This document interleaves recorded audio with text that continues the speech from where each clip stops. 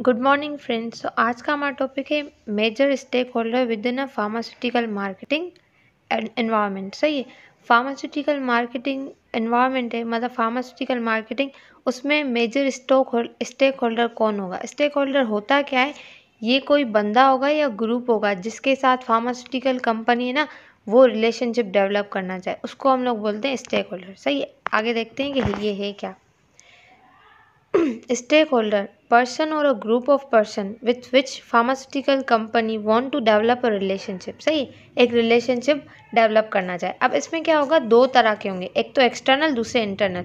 जो इंटरनल होंगे ना, वो with in a pharmaceutical company होंगे। कौन हो सकता है, कंपनी में जो एम्प्लॉयज़ हैं वो, जो एक्शन कमेटी है, जो मतलब वो एक्शन लेगी, परफॉर्मेंस करेगी वो, और दूसरा फंक्शनल टीम, और मतलब जो भी मैनेजमेंट वगैरह इन्वॉल्व होती है ना फार्मास्यूटिकल कंपनी में, वो सब इंटरनल स्टेक होल्डर्स कहलाएंगे। दूसरे एक्सटर्नल है ना, तीन में डिवाइड किया गया है। इनपुटिंग स्टेक होल्डर, मतलब कुछ होता है ना कि, और दूसरा है मीडिएटर, और तीसरा है कंज्यूमर। अब स्टेक होल्डर जो एक्सटर्नल है ना, जो कंपनी के बाहर हैं, वो कौन होंगे, या वो होंगे जो फाइनेंस हमें देते हैं वो होंगे, या वो होंगे जो कि मतलब प्रिस्क्राइब कर रहे हैं, हमने जो प्रोडक्ट बनाई है उसको प्रिस्क्राइब कर रहे हैं, उसको मीडिएट कर रहे हैं। मीडिएटर हो गया ना, हमने प्रोडक्ट बनाई, अब उसको मीडिएट कौन करेगा, जो प्रिस्क्राइब कर रहा है वो। और दूसरा होगा कंज्यूमर मतलब वो जो ले रहा है। सही है। अब इसमें तीन तरह के, इनपुटिंग स्टेक होल्डर मतलब वो जो सप्लाई कर रहे हैं, हमारी जो मेडिसिन है, हमारी जो प्रोडक्ट है उसको सप्लाई कर रहे हैं। और दूसरा रेगुलेटर वो कौन होंगे, जो कि मतलब उस प्रोडक्ट को रजिस्टर कर रहे हैं। सही, अप्रूवल दे रहे हैं, तो वो रेगुलेटर हो गए। सप्लायर वो जो हमारी प्रोडक्ट को सप्लाई कर रहे हैं। फॉर एग्जाम्पल, ये होलसेलर हो सकते हैं, रिटेलर हो सकते हैं, जो कि प्रोडक्ट को सप्लाई कर रहे हैं। उसके बाद है मीडिएटर मतलब प्रिस्क्राइबर, जो कि प्रिस्क्राइब कर रहे हैं। इसमें यूनिवर्सिटी प्रोफेसर भी आ जाते हैं। प्रिस्क्राइबर मतलब कोई भी फिजिशियन या स्पेशलिस्ट जो कि आपकी मेडिसिन को या आपकी प्रोडक्ट को प्रिस्क्राइब करा है। जब वो प्रिस्क्राइब करेगा तभी तो पेशेंट लेगा। उसके बाद है कंज्यूमर मतलब जो खुद खाएगा वो कंज्यूमर है। तो उसको हम लोग पेशेंट भी बोल सकते हैं, पेशेंट भी ले सकता है, या जनरल जो पब्लिक है उसमें से कोई भी ले सकता है। और मीडिया। सही है। अब आ जाते हैं कि मतलब स्टेक होल्डर समझ आ गया क्या है और कितने टाइप्स हैं। दो तरह के हैं, फिर एक्सटर्नल की फिर तीन तरह की हैं। सही है। उसके बाद है एडवांस टेक्नोलॉजी। जो एडवांस टेक्नोलॉजी है ना वो कौन सी है, जो फार्मास्यूटिकल कंपनी है या स्टेक होल्डर है उसमें जो एडवांस टेक्नोलॉजी है ना, वो कौन सी है। जैसे बायोटेक्नोलॉजी है, ड्रग डिलीवरी टेक्नोलॉजी है, डिजीज़ डायग्नोसिस टेक्नोलॉजी है, और दूसरा हेल्थ केयर इंफॉर्मेशन है, इनएबलिंग टेक्नोलॉजीज़ हैं, और प्रोडक्ट टेक्नोलॉजी है। ये क्या है ये ऐसी टेक्निक्स हैं जो कि या तो डिजीज़ जो है ना डायग्नोस करने में हमारी हेल्प आउट करती हैं कि कैसे डायग्नोस करनी है। हेल्थ केयर इन्फॉर्मेशन जैसे आउटकम्स मिलते हैं ना किसी प्रोडक्ट के, वो हो सकते हैं।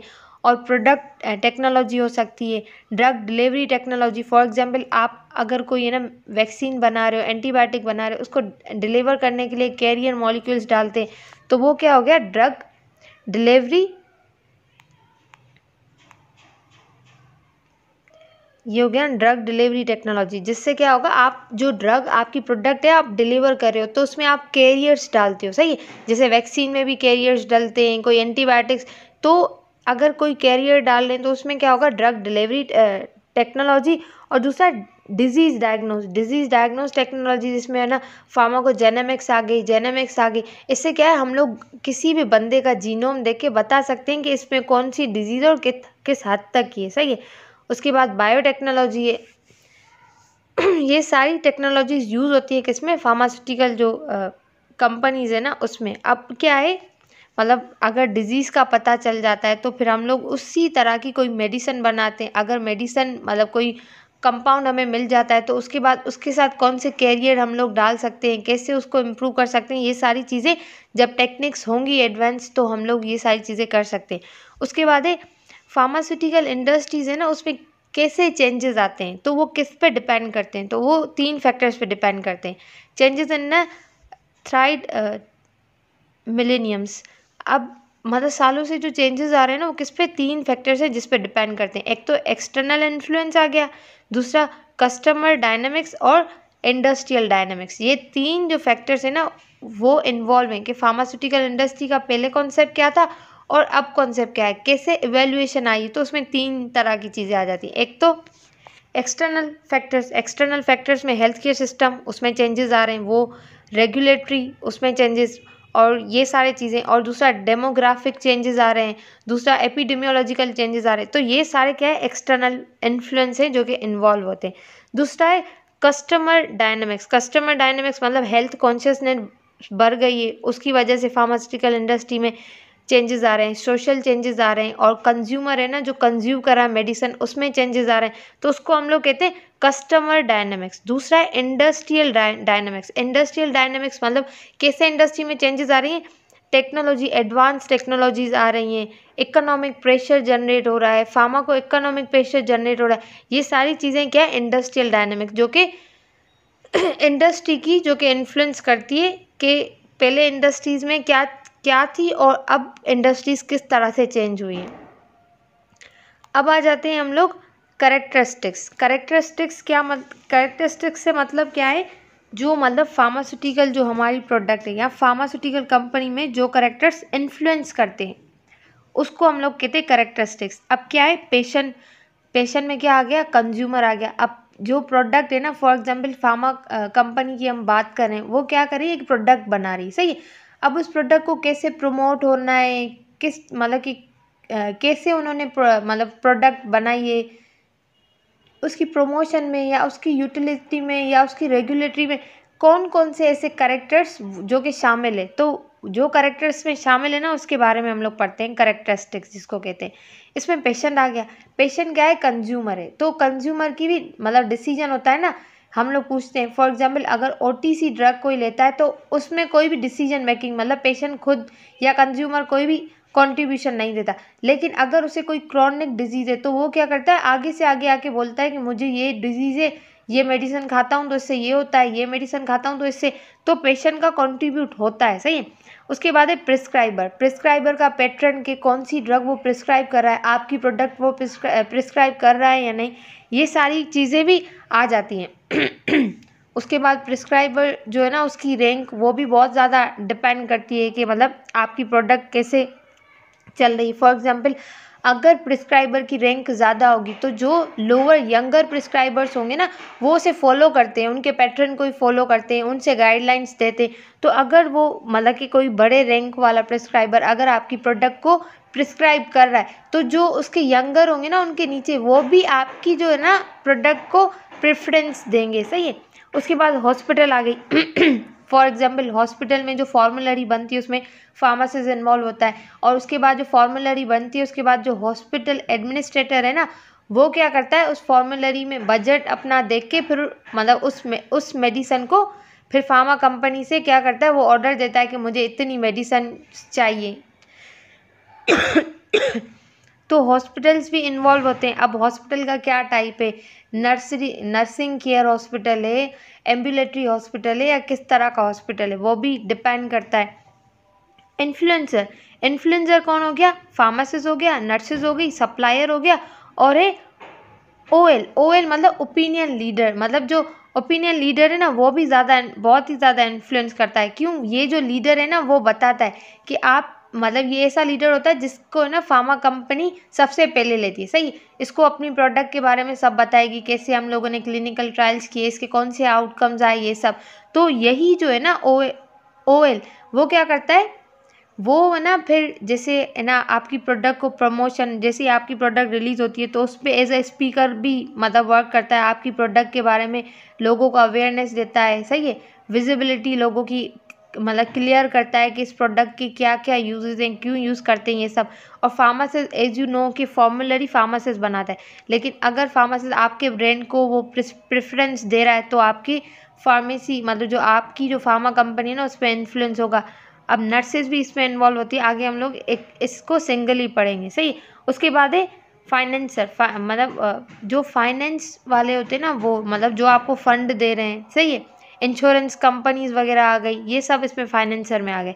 दूसरा है रेगुलेटर मतलब जो रेगुलेट करते हैं, मतलब रजिस्ट्रेशन हो गई आपके प्रोडक्ट की, उसमें मतलब जो रेगुलेटर्स होते हैं वो सारे, जैसे पेटेंट ऑफिसर्स हो गए, रेगुलेटरी अथॉरिटी हो गई और कमिटीज़ कुछ हो गई, ये सब इसमें इन्वॉल्व हो जाते हैं रेगुलेटरी में।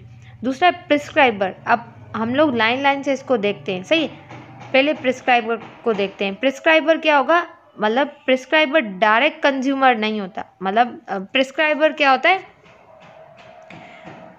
प्रिस्क्राइबर डायरेक्ट कंज्यूमर होगा। डायरेक्ट कंज्यूमर मतलब जिसको आपकी प्रोडक्ट पहले मिल रही है, सही है। मतलब वो नहीं जो कि कंज्यूम कर रहा है। प्रिस्क्राइबर में ही मे कंज्यूम, लेकिन ये कंज्यूमर नहीं होगा। लेकिन ये क्या होगा, जो डायरेक्ट कंज्यूमर होगा ना, जिसके पास आपकी प्रोडक्ट पहुंच रही है, उसको हम लोग प्रिस्क्राइबर को बोलते हैं डायरेक्ट कंज्यूमर।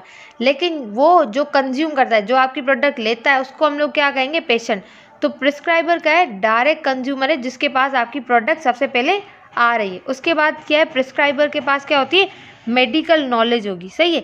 नॉलेज होगी, उसी तरह से वो आपकी प्रोडक्ट को प्रिस्क्राइब करेगा।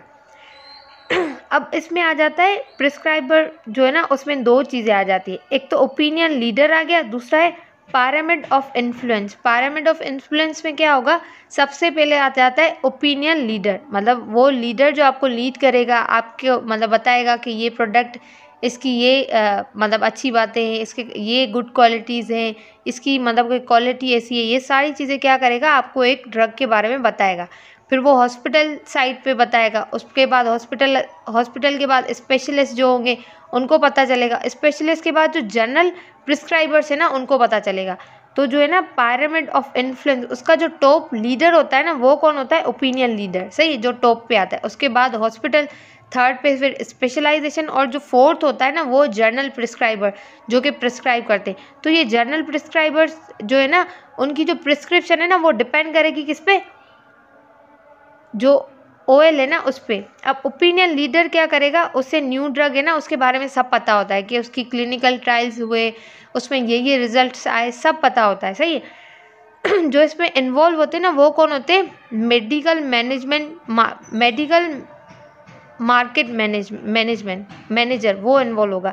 अब इसमें क्या होता है, दो तरह के ना डिसीजन होते हैं। एक तो प्राइमरी डिसीजन, दूसरा सेकेंडरी डिसीजन। फॉर एग्जाम्पल, अगर आप किसी भी डिजीज़ के लिए फर्स्ट एक प्रिस्क्रिप्शन बनाते हैं, तो उसको हम लोग प्राइमरी डिसीजन कहते हैं, सही है। पहले आपने मतलब एक ब्रांड को प्रिस्क्राइब किया। उसके बाद जो सेकेंडरी डिसीजन है ना, वो क्या होगा, मतलब आपने उस डिजीज़ के लिए दिया, लेकिन फिर से जब पेशेंट आया, आपको मतलब अपना डिसीजन चेंज करना था। और अब जो आप सेकंड डिसीजन ले रहे हैं उस सेम डिजीज़ के लिए, उसमें आप कौन सा ब्रांड यूज़ कर रहे हैं। तो ये जो प्राइमरी और सेकेंडरी डिसीजन है ना, वो भी डिपेंड करते हैं ओपिनियन लीडर, मतलब जो आपको लीड कर रहा है कि आप कौन कौन सी ड्रग लो। उसके बाद है step involve in both processes. मतलब ये जो दो प्रोसेसेस है ना, प्राइमरी और सेकेंडरी डिसीजन, जैसे पायरामिड ऑफ इन्फ्लुएंस, वो है ना, उसमें कौन कौन सी चीज़ें ना इन्वॉल्व होती हैं। मतलब आप प्राइमरी डिसीजन कैसे लेते हो और सेकेंडरी डिसीजन कैसे लेते हैं। अब कौन से इन्वॉल्व होते हैं, एक तो प्रॉब्लम, पहले आप प्रॉब्लम को रीऑर्गेनाइजेशन करोगे, मतलब प्रॉब्लम को अच्छे से मतलब समझोगे कि है क्या। उसके बाद है इन्फॉर्मेशन ट्रीटमेंट, मतलब उसके बाद आप ऑप्शन देखोगे कि ट्रीटमेंट ऑप्शन आपके पास कौन कौन से हैं, मतलब ये जो है ना किस तरह से ट्रीट हो सकती है। तो पहला प्रॉब्लम देखना है, फिर उसके बाद ट्रीटमेंट ऑप्शंस देखने। उसके बाद जो थर्ड है ना, वो होगा थेरेप्यूटिक अल्टरनेटिव्स, मतलब ये ट्रीटमेंट है, उसका अल्टरनेटिव, अगर आप वो ट्रीटमेंट नहीं दे रहे तो उसका अल्टरनेटिव आप कौन सा दोगे, तो अल्टरनेटिव देखेंगे। उसके बाद क्या करेंगे, आप फाइनल एक प्रिस्क्रिप्शन डिसीजन लेंगे। आपने डिसीजन लिया, फिर क्या होगा, जैसे आपने डिसीजन लिया ना, अब वो पेशेंट यूज़ करेगा। मतलब आपने प्रॉब्लम आइडेंटिफाई की, ट्रीटमेंट ऑप्शन देखे, उसके अल्टरनेटिव्स भी आपने एक लिस्ट बना ली, चेक किए। उसके बाद क्या होगा, आपने एक प्रिस्क्रिप्शन लिख दी, सही है। प्रिस्क्रिप्शन लिख दी तो वो पेशेंट लेगा। अब पेशेंट ने प्रिस्क्रिप्शन ली ना, उसके बाद जो लास्ट होगा ना, जिसको ई बोले, वो होगा पोस्ट प्रिस्क्राइबिंग इवेल्युएशन। मतलब जैसे आपने प्रिस्क्रिप्शन दी, वो लेगा, उसके बाद आप प्रिस्क्रिप्शन को इवेल्युएट करोगे कि इसके आउटकम कौन से आए, पॉजिटिव आउटकम्स कैसे आए और नेगेटिव आउटकम कौन से आए, वो आप आउटकम्स चेक करते हो। तो जो आपके डिसीजन है ना, वो इन मतलब के प्रोसेसेस पे डिपेंड करते हैं। जो आप प्राइमरी डिसीजन लेते हो ऑफ द ट्रीटमेंट और सेकेंडरी, वो इन सारी चीज़ों पे डिपेंड करता है। किस किस पे, प्रॉब्लम को आइडेंटिफाई किया, ट्रीटमेंट ऑप्शंस देखे, अल्टरनेटिव्स देखे, फाइनल एक्चुअल प्रिस्क्रिप्शन डिसीजन लिया, उसके बाद पोस्ट प्रिस्क्रिप्शन एवेल्युएशन की। अब क्या इन्फ्लुएंसर, हम लोगों ने फर्स्ट अपना जो है ना, वो जो करेक्टर्स है ना जो कि इन्वॉल्व होते हैं, मतलब फार्मास्यूटिकल कंपनी की जो प्रोडक्ट को प्रमोट करने के लिए उसको, तो उसमें हम लोगों ने प्रिस्क्राइबर किया। अब प्रिस्क्राइबर के बाद क्या आ जाए, इन्फ्लुएंसर। इन्फ्लुएंसर में हमने बात की जो है ना वो ओपिनियन लीडर आ जाता है, फार्मासिस्ट आ जाता है, और अदर जो हेल्थ केयर प्रोफेशनल्स है ना वो आ जाते हैं, जैसे नर्सेज वगैरह हो गई। और इसमें जो है ना इन्फ्लुएंसर में चेन सप्लायर, चेन इंटरमीडिएटर, मतलब जो सप्लाई कर रहे हैं ना, डिस्ट्रीब्यूटर, होलसेलर और जो सप्लायर हैं वो भी इन्फ्लुएंसर में आ जाते हैं। इन्फ्लुएंसर मतलब जो आपकी प्रोडक्ट को इन्फ्लुएंस करता है। फॉर एग्जांपल अब फार्मासिस्ट कैसे इन्फ्लुएंस करेगा, वो जो फॉर्मूलरी बना रहा है उसमें आपके ब्रांड का जो प्रोडक्ट है वो डाल के इन्फ्लुएंस कर रहा है वो। और ओपिनियन लीडर कैसे करेगा, वो आपकी प्रोडक्ट को प्रमोट करेगा, बताएगा कि ये प्रोडक्ट बहुत अच्छी है, आप इसे यूज़ करें तो आपकी प्रोडक्ट प्रमोट हो जाएगी, ये भी ऐसे इन्फ्लुएंस करता है। दूसरा, अदर हेल्थ केयर प्रोफेशनल कैसे इन्फ्लुएंस करते हैं, फॉर एग्जांपल नर्सेज। अब कोई क्रॉनिक डिजीज़ होती है ना तो फिजिशियन सिर्फ एक दफ़ा देखता है, सही है, फिर नर्सेज है ना, मतलब फिजिशियन ने एक थेरेपी दी, सही, एक ट्रीटमेंट मतलब एक जेनेरिक लिख दिया, उसके बाद है ना नर्सेज डिसाइड करती हैं कि कौन सा ब्रांड में ना इस पेशेंट के लिए यूज़ करूँ, तो इसीलिए नर्सेज भी बहुत इन्फ्लुएंस करती है। दूसरा है ना चेन सप्लाई, मतलब वो जो सप्लाई चेन इंटरमीडिएट मतलब वो, मतलब एक फार्मा कंपनी है जो कि मैन्युफैक्चर कर रही है और दूसरा पेशेंट कंज्यूमर है जो कि कंज्यूम करे, उसके बीच में आ जाते हैं इंटरमीडिएट मतलब जो फार्मा कंपनी से आपकी प्रोडक्ट कंज्यूमर की तरफ जा रहे हैं, जैसे रिटेलर हो गए, रिटेल पे पड़ी होती है ना, वहाँ पे आके पेशेंट लेता है, तो पेशेंट डायरेक्टली कंपनी से आके नहीं लेगा, वो रिटेलर से लेगा, सही है। तो ऐसे जो इंटरमीडिएट है ना, रिटेलर वो आपकी जो ब्रांड है उसको है ना सेल कर रहा है, तो मतलब आपकी जो प्रोडक्ट है वो उसमें इन्फ्लुएंस हो रही है ना। पॉजिटिव इन्फ्लुएंस भी हो सकता है, नेगेटिव। अगर वो नहीं आपकी में ड्रग रख रहा तो ऑब्वियसली आपकी ड्रग प्रमोट नहीं होगी, और अगर वो आपकी मेडिसिन रख रहा है तो वो प्रमोट होगी, तो बहुत तरह से वो इन्फ्लुएंस तो कर रहा है। उसके बाद आ जाती है हॉस्पिटल एडमिनिस्ट्रेटर या हॉस्पिटल डायरेक्टर, सही है। हॉस्पिटल डायरेक्टर, अब फॉर एग्जांपल जो हॉस्पिटल डायरेक्टर है ना वो बजट देख के ब्रांड सिलेक्ट करेगा कि अब मेरे हॉस्पिटल में ये ब्रांड चलेगा, सही है। तो अगर वो भी आपकी प्रोडक्ट को अगर प्रेफरेंस देगा तो वो भी इन्फ्लुएंस करा है आपकी प्रोडक्ट को, सही है। मेडिकल सेल रिप्रेजेंटेटिव, वो भी इन्फ्लुएंस करते हैं लेकिन बहुत ही माइन्यूट अमाउंट में, तो हम लोग इसे इतना कंसीडर नहीं करते। अब हम लोग लाइन से एक एक करके पढ़ते हैं इन्फ्लुएंसर को। Opinion leader top of the pyramid में आ जाते हैं, सही है। पहले मैंने बताया ओपिनियन लीडर आएगा, फिर हॉस्पिटल आएगी, उसके बाद स्पेशलाइजेशन आएगी, फिर आएगा जनरल प्रिस्क्राइबर, सही है। तो टॉप पे कौन आ रहा है पिरामिड के, ओपिनियन लीडर है अर्लियर अप्रोच्ड, ये सबसे पहले अप्रोच, मतलब जो फार्मास्यूटिकल कंपनी है ना वो सबसे पहले अप्रोच करती है इस लीडर को। जैसे उनकी मतलब न्यू प्रोडक्ट आई ना, मतलब उसके क्लिनिकल ट्रायल प्रोफाइल को सब वो बताएंगे किसको, ओपिनियन लीडर को। फिर वो ओपिनियन लीडर है ना एज अ एजुकेटर और एज अ कॉन्फ्रेंस स्पीकर काम करेगा, मतलब अगर उसकी प्रोडक्ट न्यू आ रही ना तो कॉन्फ्रेंस में उसकी प्रोडक्ट के बारे में मतलब बात करेगा, उसके बाद एजुकेट करेगा लोगों को कि ये प्रोडक्ट इसके ये फ़ायदे हैं, ये प्रॉफिट्स हैं। तो ये सब कौन है, ओपिनियन लीडर के काम होते हैं। उसके बाद आ जाते हैं फार्मासिस्ट क्या है, फॉर्मूलरी बनाएगा, सही है।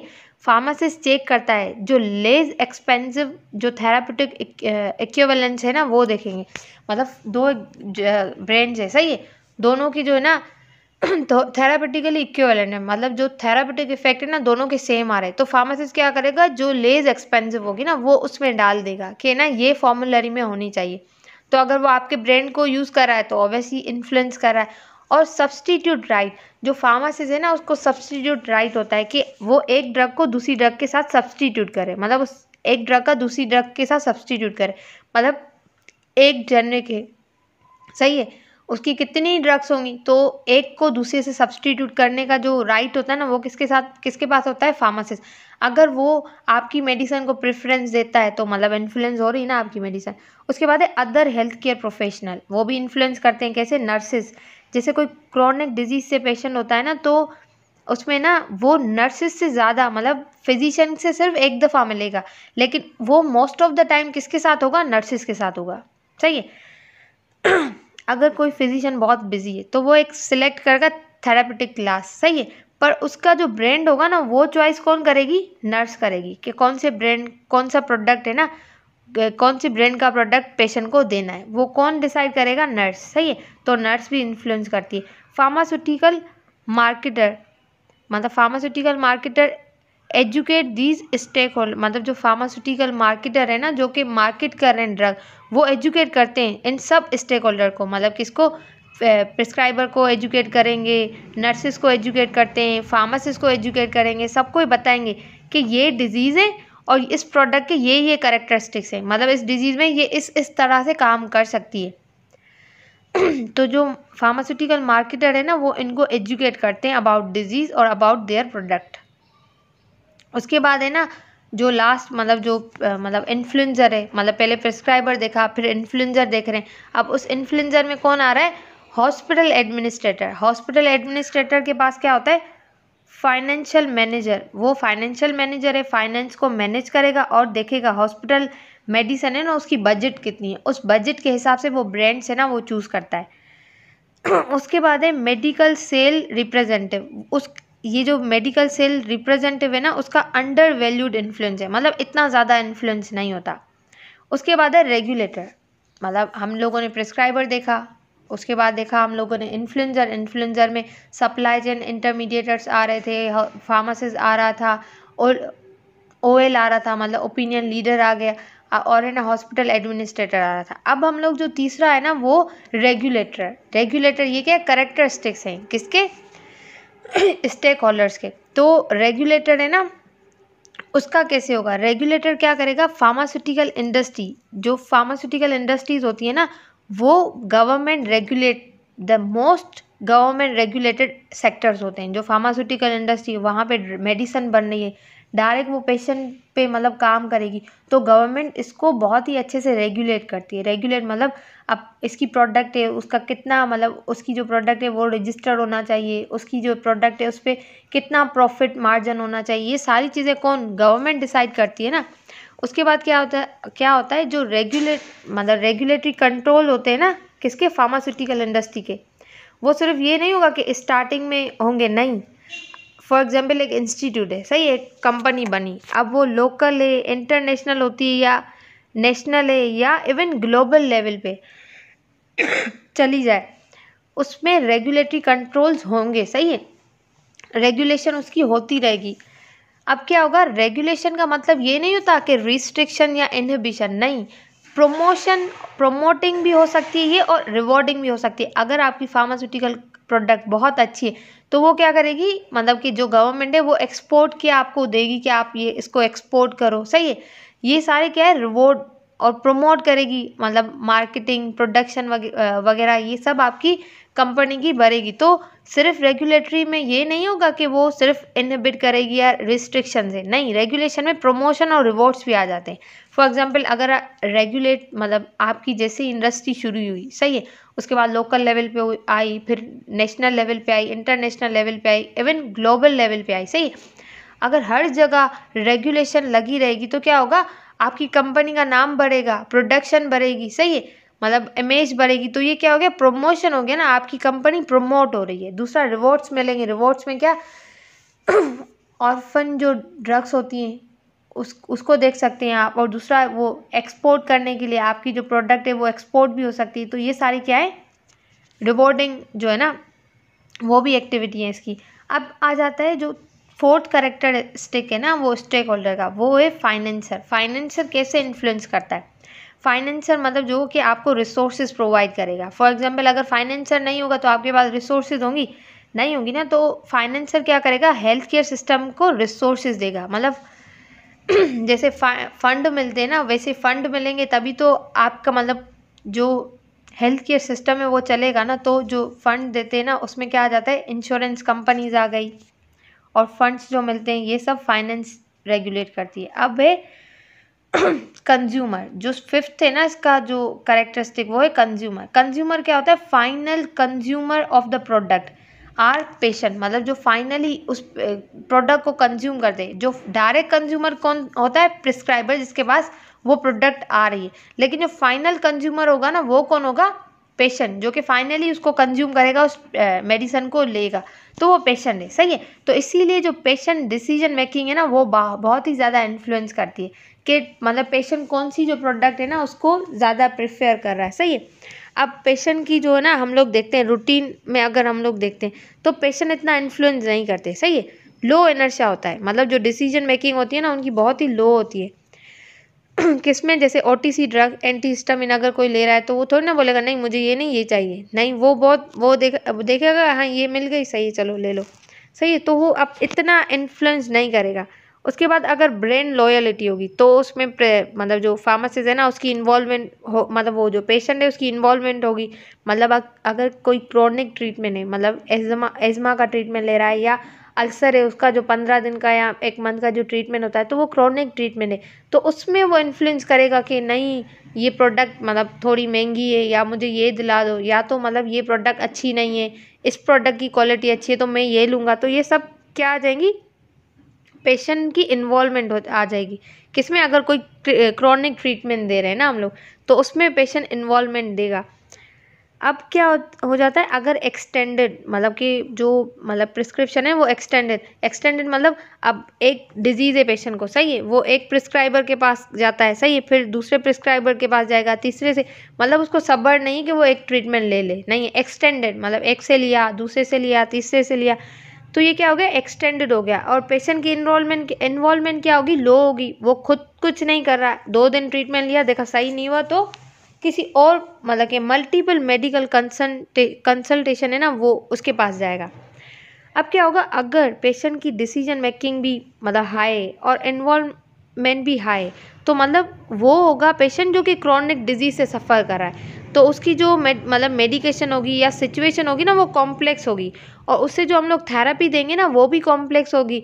तो जो क्रॉनिक डिजीज से पेशेंट सफ़र कर रहे हैं ना, एक होता है क्रॉनिक ट्रीटमेंट मतलब आपको बहुत दिन के लिए वो ट्रीटमेंट लेना है, दूसरा होती है क्रॉनिक डिजीज़ मतलब वो डिजीज़ जिसके लिए आपको ट्रीटमेंट मतलब बहुत ही लंबे अरसे तक लेना है, मतलब उस डिजीज़ को मैनेज करना थोड़ा डिफ़िकल्ट हो गया।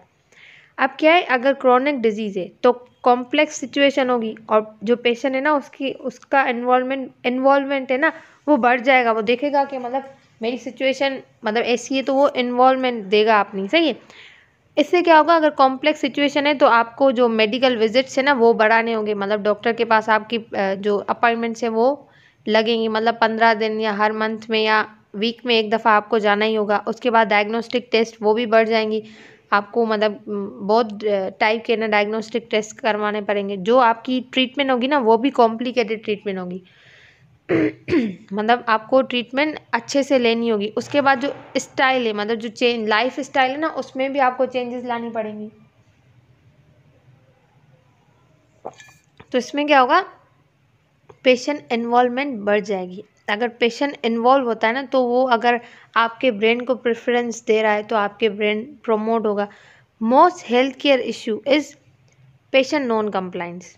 मोस्टली जो सबसे बड़ा हेल्थ केयर इशू है ना वो है पेशेंट नॉन कंप्लाइंस। क्यों, मतलब या तो क्या होगा, पेशेंट मतलब जो मेडिसिन है ना उस पर एडहेर नहीं है, सही है, एडहेरेंस प्रॉब्लम आ जाती है, वो नहीं ले रहा मतलब जो प्रोडक्ट है, अगर वो ले रहा है तो कुछ ज़्यादा अमाउंट में ले रहा है या कम अमाउंट में ले रहा है, सही है। तो पेशेंट की जो एडहेरेंस है ना वो बहुत ज़्यादा मतलब कि जो कंप्लाइंस है ना वो बहुत ज़्यादा इन्फ्लुएंस करती है हेल्थ